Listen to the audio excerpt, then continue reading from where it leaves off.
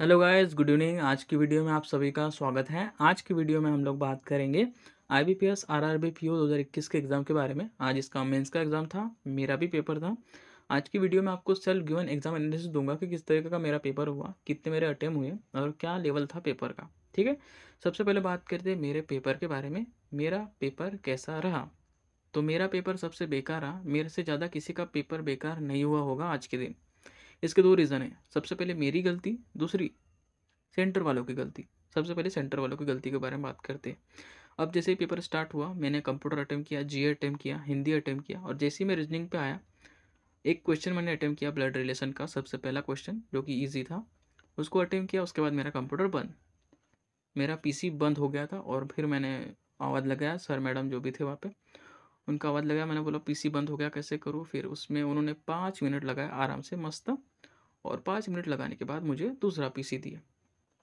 अब दूसरा पीसी दिए और जैसे दूसरा पीसी में स्टार्ट मैंने किया एग्ज़ाम, मेरा पूरा कंसंट्रेशन ख़त्म हो चुका था। ये रीजनिंग का पेपर था, जो कि मेरा बहुत ही अच्छा सब्जेक्ट है, रीजनिंग फेवरेट। उसमें मेरा कंसंट्रेशन ख़त्म हो चुका था। मैंने जो बंद होने के पहले आधा पज़ल बनाया था, उसके बाद जब मैंने पज़ल स्टार्ट किया, फिर से स्टार्ट करना पड़ा मुझे। पज़ल स्टार्ट किया, मुझसे नहीं बना, दोबारा स्टार्ट किया, फिर से 2-3 बार में मुझे पज़ल बनाना पड़ा, तब जाके बना। पेपर बहुत ही ईज़ी आया था, लेकिन मेरा उस समय कंसंट्रेशन नहीं था। ठीक है, तो वह जैसे तैसे मैंने रीजनिंग का पेपर बनाया और फिर मेरा पेपर बिगड़ता गया, बिगड़ता गया, बिगड़ता गया, क्योंकि कंसंट्रेशन मेरा ख़त्म हो चुका था उस समय तक।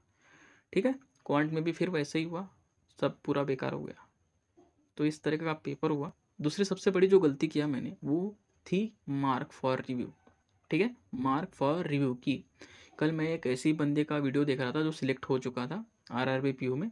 उससे मैं थोड़ा ज़्यादा ही इन्फ्लुएंस हो गया। उसने कैसे पेपर अटेम्प्ट किया था, उसने मार्क फॉर रिव्यू का यूज़ किया था और सेम मैंने भी वैसे ही किया। मैंने बोला मार्क फॉर रिव्यू का यूज़ कर लेता हूँ, फिर बाद में जो है उसको क्लिक कर दूंगा। ठीक है, तो कंप्यूटर और जीए में मैंने मार्क फॉर रिव्यू का ऑप्शन चूज़ किया।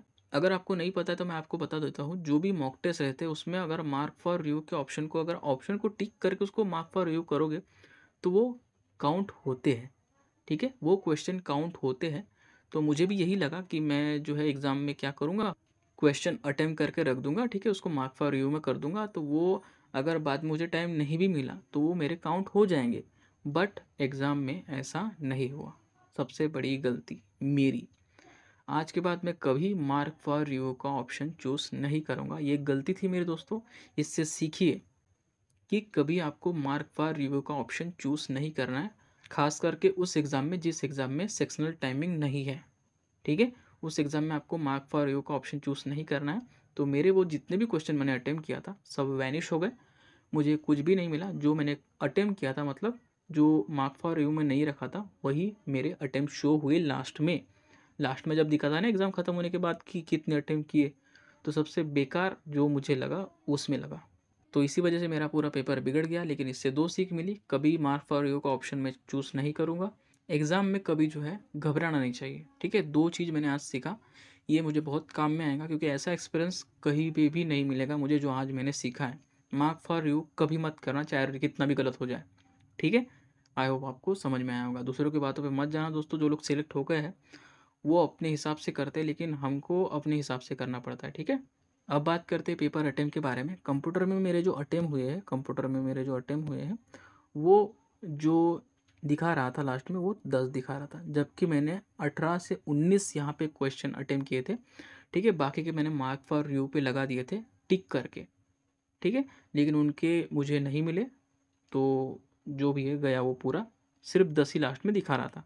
कंप्यूटर के लेवल की अगर मैं बात करूँ, तो अगर आप बेसिक पूरा कंप्यूटर पढ़ते हो तो आपसे क्वेश्चन नहीं बनेंगे।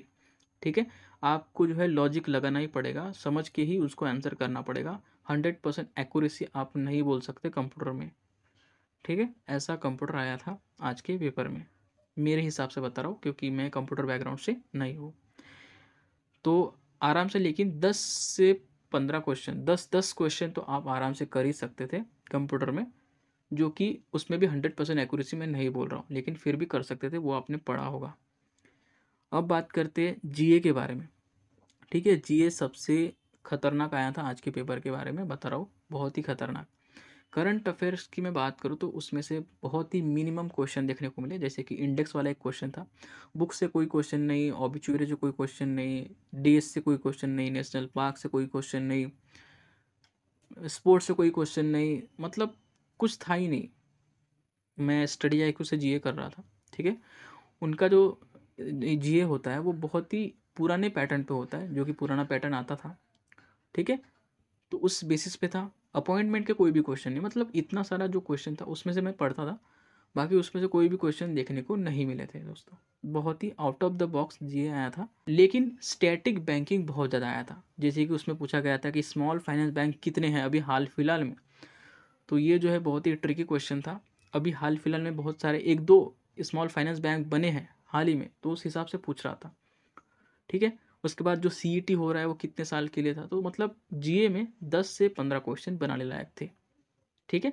10 से 15 क्वेश्चन बनाने लायक थे, लेकिन वो 10 से 15 क्वेश्चन ऐसे थे जिसमें आपने सुना होगा 100% एक्यूरेसी वाले नहीं थे वो, ठीक है।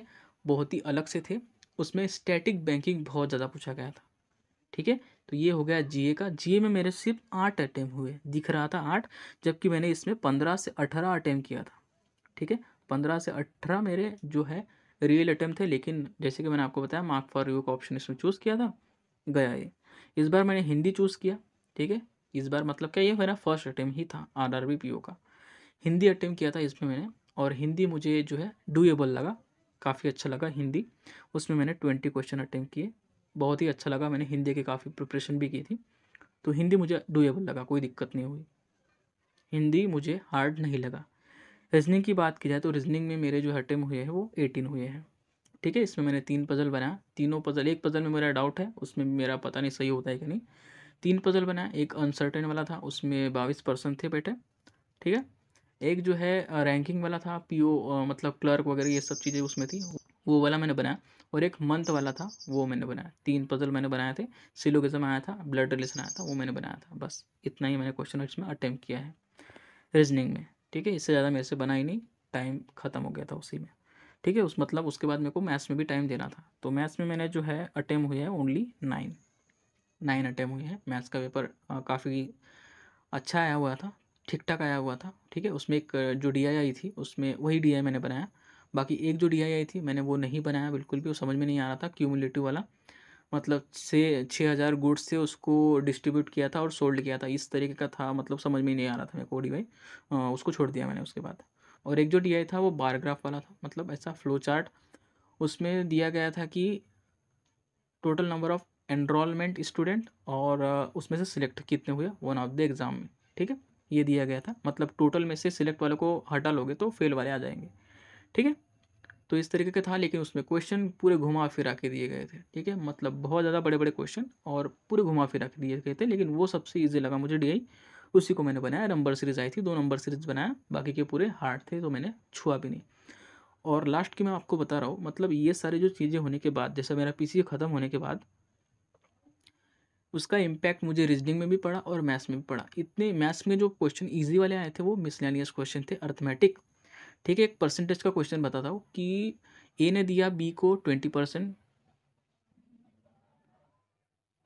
ए ने ए ने दिया बी को 20%, ए ने एक चीज़ ए ने एक चीज़ ए ने एक चीज़ 20% में बी को बेचा, बी ने 10% में बेचा आगे सी को, और सी ने 10% में आगे बेचा, प्रॉफिट में बता रहा हूँ, डी को, और उसकी वैल्यू दी गई थी कितनी, 1450 अप्रॉक्सीमेट, और मेरा परसेंटेज क्या आ रहा था, 145.2 मेरा परसेंटेज आ रहा था, ठीक है।